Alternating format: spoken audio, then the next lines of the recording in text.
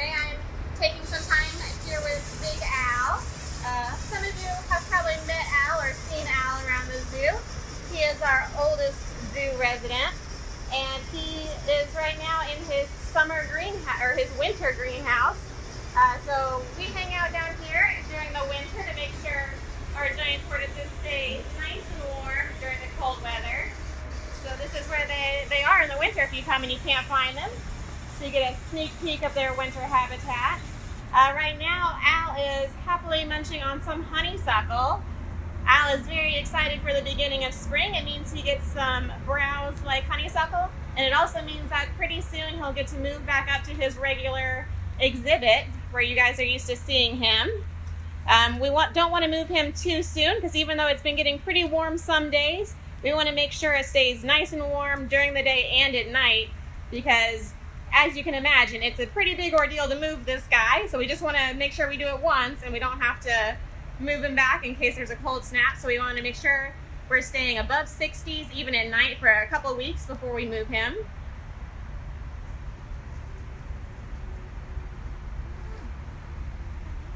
Al came to the zoo in 1974. When he came to the zoo, he was already this big, a full-grown adult male. So honestly, we're not entirely sure exactly how old he is. We do know he is probably over 100 years old though. So right here we have another Aldabran tortoise. You can see there's quite a bit of size difference between this one and Al. This one is a juvenile. This is about 13 or 15 years old.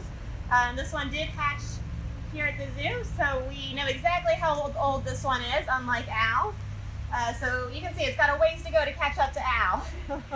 And do we have any idea how much Al weighs? We do. We have managed to get Al on a scale. He usually weighs about 525 pounds. They get a lot of hay and different types of lettuces. They also get some vegetables like sweet potato and things like that. In the summertime, they get a lot of browse, like what you see them getting right now. They really like honeysuckle and mulberry. They also get things like watermelons and treats like that, which are a big favorite of theirs.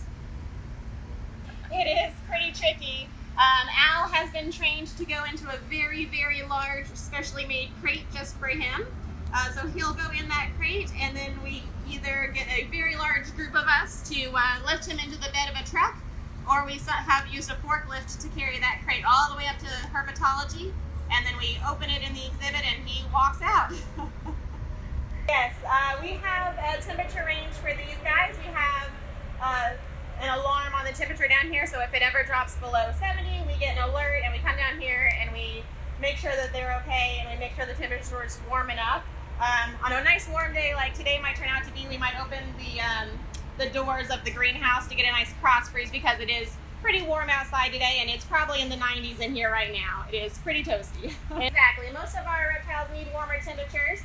We do have a few that either through their they're either native species or through their natural habitats that they are used to getting colder in the winter. So there are a few of ours that we'll put in special areas where we can cool them down in the winter just because that's what's natural for them and it helps to ensure that they'll breed properly in the springtime. But right now everybody's warming up and waking back up from any hibernations they may have done, and hopefully these guys will be moving outside pretty soon. And they tend to outlive the scientists that study them and work with them. So it's definitely well known that these guys can live into their hundreds. We're not exactly sure if it's 200, 300. It's a pretty cool thing that there's still some things we don't even know. We have Tex. He's another adult male. You can see he's quite a bit smaller than Al. Al is just a very large male. And then these two here are also juveniles. They are siblings of the one we saw over there next to Al hanging out. They are very gentle even though they are so large, but you do want to make sure you watch your fingers when you're feeding them browse and things like that. And of course you always want to watch your toes because you do not want a 500-pound tortoise to step on you.